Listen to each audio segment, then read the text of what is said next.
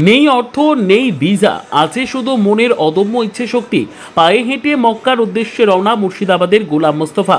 স্বপ্নটা অনেকেরই থাকে, কিন্তু সেই স্বপ্ন পূরণ করতে কেউ বিমানে চড়েন, কেউ গাড়িতে পাড়ি দেন হাজার হাজার কিলোমিটার।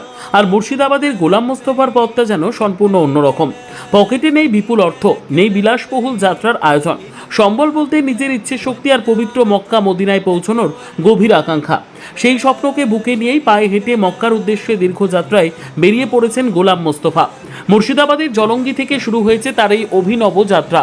জানা যাচ্ছে দীর্ঘদিন ধরে মক্কা মদিনায় যাওয়ার স্বপ্ন দেখছিলেন তিনি, কিন্তু আর্থিক সীমাবদ্ধতা সেই স্বপ্নের পথে বড় বাধা হয়ে দাঁড়ায়।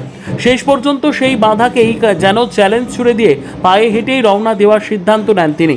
একদিকে অজানা দীর্ঘ পথ, অন্যদিকে নানা প্রতিকূলতা।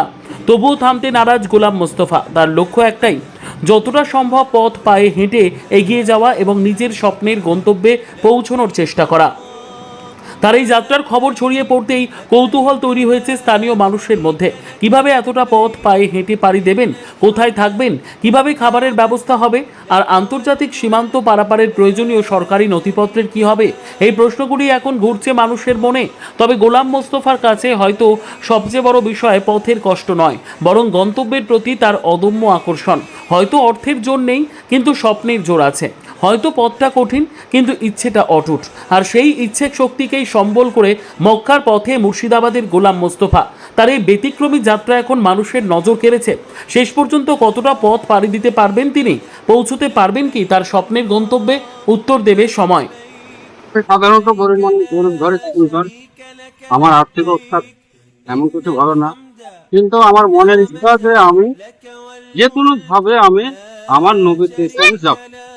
মোটামুটি 5 বছর আগে থেকে আমি কিছু টাকা করতে হয়তো যাবো, কিন্তু না, আমি কোনোভাবে কোনো টাকা পয়সা উঠাতে পারবো না।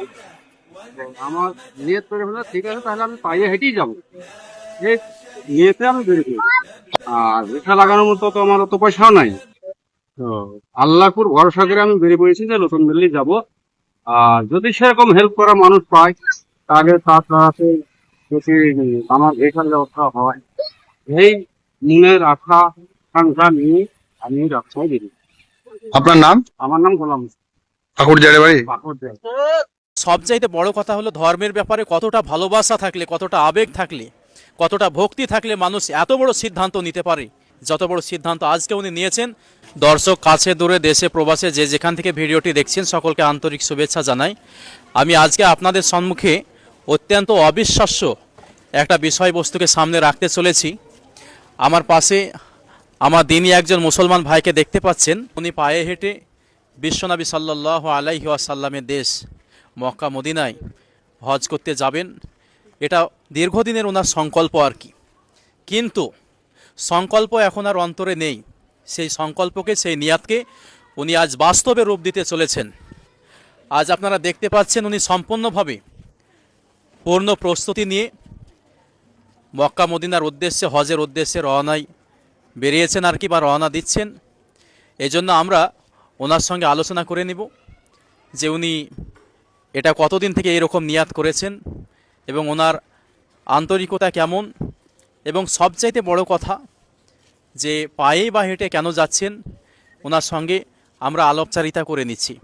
তো দর্শক আপনারা ভিডিওটা বেশি বেশি করেই করবেন, শেয়ার করবেন। আর ভাইয়ের সঙ্গে কিছু কথা বলবো, আপনারা এদিকে লক্ষ্য রাখুন। যাই হোক ভাই, আপনি কতদিন থেকে এই নিয়াতটা করেছেন একটু যদি বলেন ভালো করে। এই নিয়তটা আমার মোটামুটি 5-6 বছর হয়ে যাচ্ছে। মাশাআল্লাহ, প্রায় 5-6 বছর দেখছেন। প্রায় 5-6 বছর ধরে উনি আন্তরিকভাবে এই চিন্তা চেতনা লালন করছেন, হ্যাঁ, যে উনি মক্কা মদিনায় হজ করতে যাবেন। যাই হোক, আপনি পায়ে হেঁটে যাবেন এটা কবে থেকে সিদ্ধান্ত নিয়েছেন? তখন থেকে নাকি? হ্যাঁ, তখন থেকেই। হ্যাঁ। 5 তো বছর। হঠাৎ করে আপনার অন্তরে এই চিন্তা কেন জাগলো যে পায়ে হেঁটেই যাব? ঘটনা হয়েছে, আমি সাধারণত গরিব ঘরের ছেলে। জি। আমার আর্থিক অবস্থা ভালো নেই যে আমি টাকা দিয়ে জাহাজের বিমানের টিকিট কেটে আমি যাব, কিন্তু অনেক চেষ্টা করলাম 5 বছর ধরে, যে আমি টাকা গোছাতে পারলাম না। তাই এখন সিদ্ধান্ত নিয়েছি যে আল্লাহর ঘরে আমার নবীর দেশে আমি পায়ে হেঁটেই যাব।